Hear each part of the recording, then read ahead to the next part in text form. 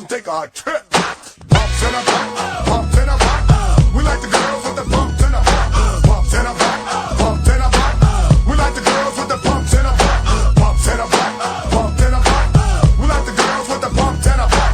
Bumps and a bump, bumps and a bump. Give me the girls with the bumps and a bump.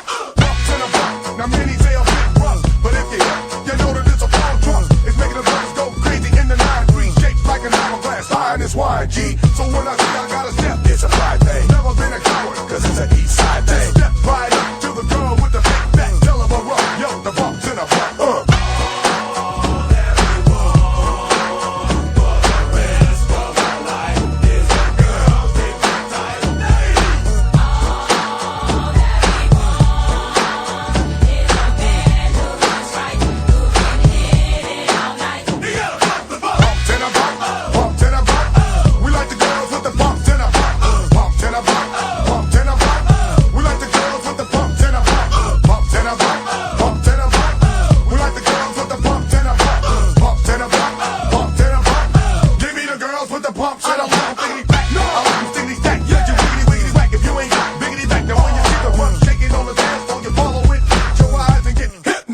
For a brother like me, a dance real system coming into the streets of Charmin and she hope I didn't alarm it. I'm putting fingerprints all over that run.